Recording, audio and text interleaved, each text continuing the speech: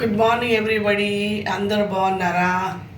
ఈ చలి ఈ చలి వల్ల మీరు వామ్ క్లోత్స్ వేసుకొని మీరు కాపాడుకోవాలి. ఇంకా 3 months అండి. ఈ కోల్డ్ వేవ్ తగ్గదు మనకి. అందరూ జాగ్రత్తగా ఉండండి ఇంట్లో లోపల మ్యాక్సిమం. అండ్ ఇప్పుడు నేను గుడ్ల ఇగురు చేయబోతానండి ఆఫ్ మై స్టైల్. దీనికి అవసరమేమో 4 eggs అండి, తర్వాత ఆనియన్స్, ఒక ఆనియన్, పెద్ద ఆనియన్ అండ్ 2 పచ్చిమిరపకాయలు, కసూరి మెంతి, ఉప్పు, కారం, పసుపు, ధనియాల పొడి, అల్లం వెల్లిపాయ అండి. ఇప్పుడు మీకు చూపించే విధానం చూపిస్తాను. ఇప్పుడు ఆయిల్ వేస్తాండి దీనికి.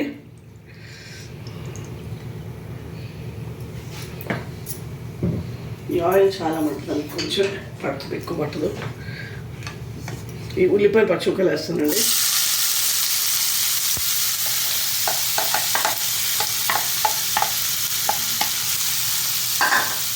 ఇట్లా 1 స్పూన్ ఉప్పు, 1 స్పూన్ పసుపు వేసాను. ఇక్కడ మగ్గాలి కదా.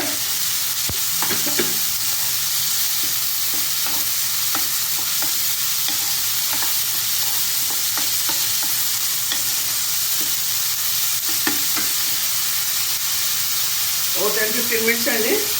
కొంచెం కలుపుకుంటూ నేను మూత పడుతుంటాను మగ్గే వరకు.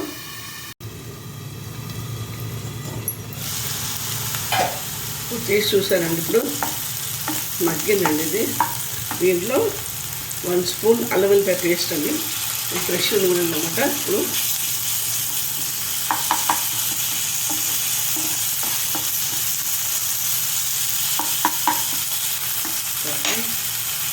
గరం మసాలా 1 టేబుల్ స్పూన్ కారం, 1 టీ స్పూన్ ధనియాల పొడి వేసాను.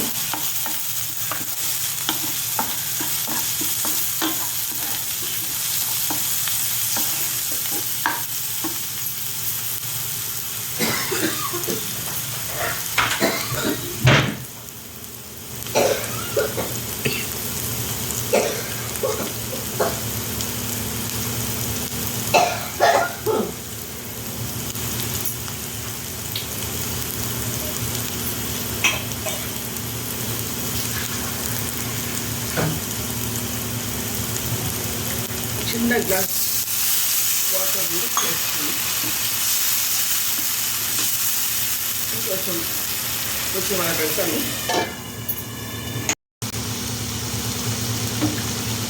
అయిపోయిందండి. ఇప్పుడు నేను దీంట్లో ఎగ్స్ వేస్తాను.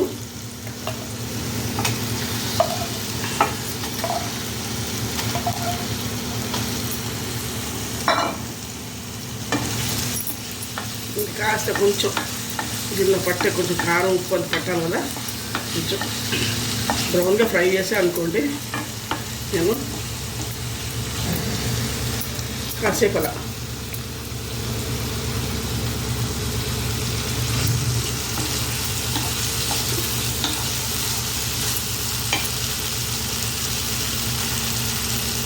దీనిలో కసూరి మెంతి వేస్తానండి.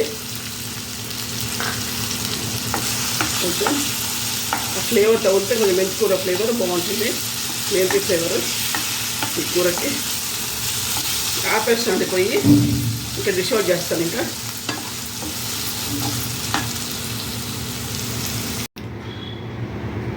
గుడ్లిగురు రెడీ అండి.